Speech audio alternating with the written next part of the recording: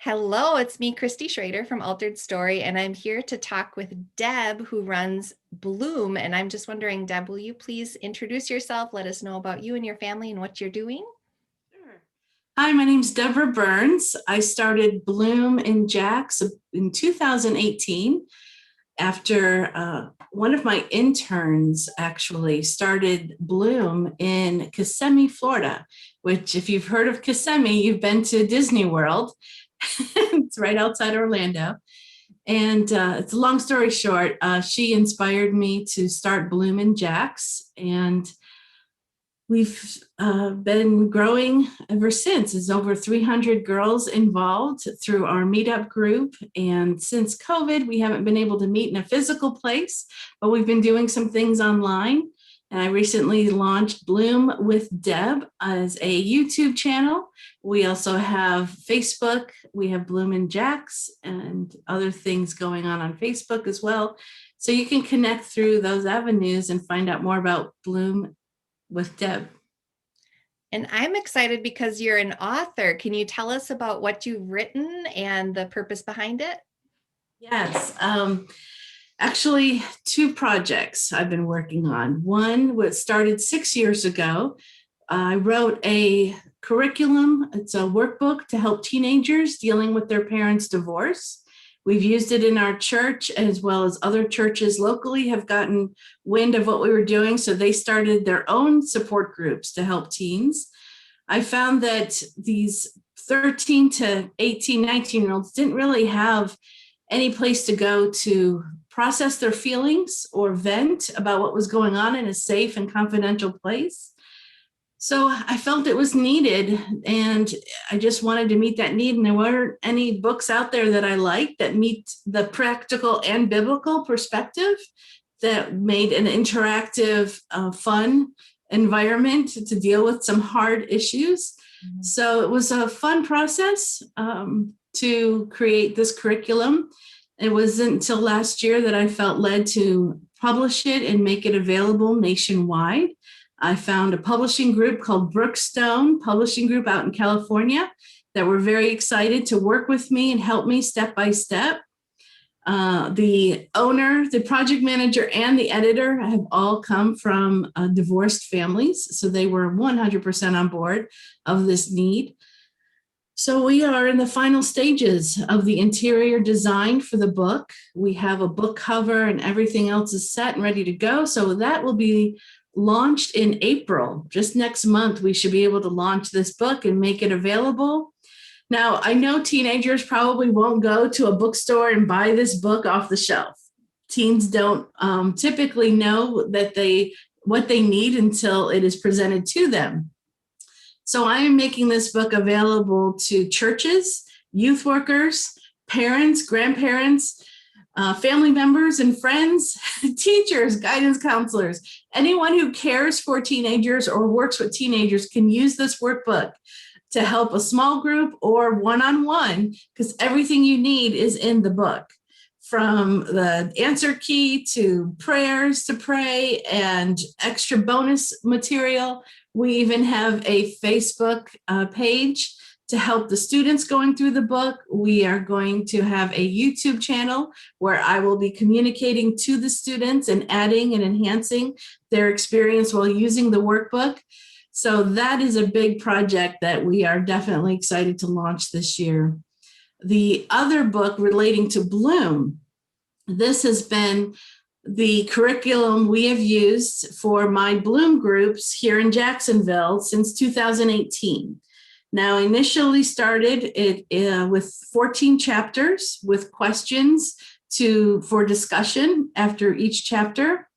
And the exciting part is I've implemented stories from other young women nationwide who have added to this book. So it is 14 chapters, over 55,000 words. It is in the editing phases, and I'm very excited. I've even contacted a designer through Instagram who I'm going to talk with tomorrow about designing this book. The idea is it's a biblical book based on Song of Solomon, chapter 1, and the progression of an immature maiden who becomes a mature bride. and how this study in my 20s related to my personal and spiritual growth of becoming a mature believer is implemented throughout the book. So it's for people who want to be inspired to hear from other women who are living on the front lines of ministry, whether they are on staff with crew or dancing with Mandisa on tour and everything in between. I have a variety of young women in their 20s who have contributed to this book with their real life stories. And it's been a fun project to do. And I'm planning on doing 7 more books in this series because Song of Solomon is 8 chapters. So I have outlines for every chapter.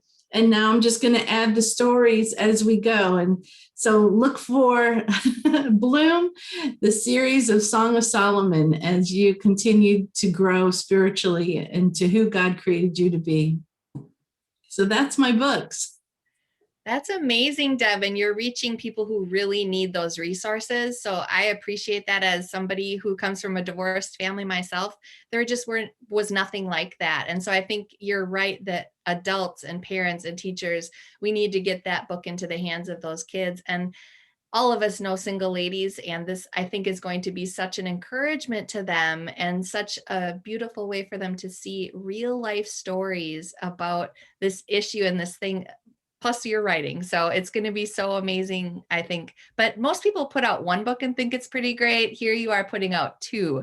So that is amazing. Thank you. I never dreamt I would become a writer or an author. It just kind of became the next step in the trajectory of my career. I've been on staff with the church for 8 years. But I have to tell you, though, 2 years ago, I don't know what part of us dreams, but whatever part of me was broken because I didn't have any dreams at the time. I don't know what was going on in my life, but I wasn't thinking about my future. I wasn't working towards a big future for me. But it was one summer when they painted a stork in our parking lot for pregnant women. And I've never been pregnant before, but because we didn't have any children's programming that summer, I started parking in the expectant mom parking lot. And I have to tell you, God spoke to me through that, because it wasn't a slap on the hand, like you shouldn't park there. It was like, Deb, you're pregnant with vision. You have a purpose. You need to fulfill this. You need to finish this book. You need to keep going forward. You're pregnant. You're pregnant with vision. And I started dreaming again. I started asking God what my vision was and what did he see me doing? And in the midst of doing it, it became a reality. And I still have to pinch myself. When I went to my first authors conference just last month, I went to the Christian Products Expo in North Carolina for a weekend, and I was able to share the book. Oh, it's called Shaken. I'm sorry. The book for the teens is called Shaken: What's Next When Your Parents Are Splitting Up? And I got to meet retailers from Christian bookstores nationwide and tell them about the book. And it was such a wonderful experience, great positive feedback. A lot of them have said they've never had a book like that available. They never knew that it was needed, and they immediately thought of someone in their own lives that needed to get their hands on this book. So I was excited to be able to do that and to wear a tag that says Debra Burns, author. I mean, come on, I never thought that would happen. So if God is calling you to do it, just do it.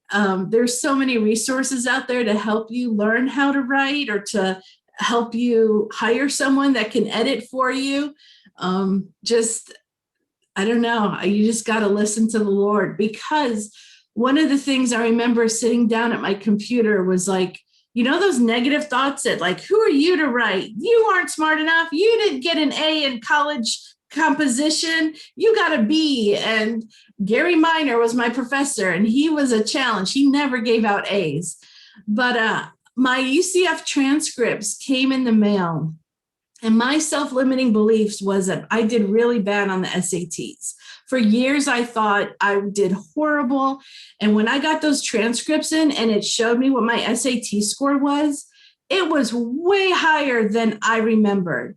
And for some reason, I was limiting myself, thinking I wasn't smart enough. I didn't do well enough in school. But I graduated cum laude, and I looked at my grades and they were all B's and A's. And I'm like, why did I think I was so bad in school? Like, somebody put those thoughts in my head. And it dawned on me, I think it was because of third grade.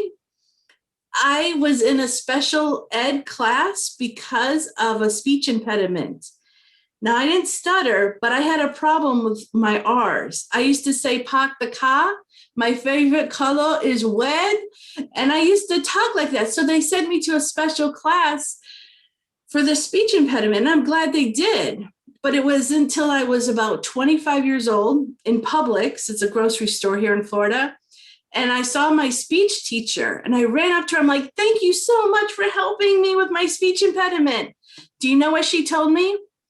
Deb, you didn't have a speech impediment. You had a New York accent. Your teacher sent me to the special ed class because she thought you were special needs and you couldn't. Can you imagine all those years thinking I was stupid and dumb and that I was made fun of because of how I spoke as an 8-year-old? Now, that's not a speech impediment. It's a New York accent. And now I know better.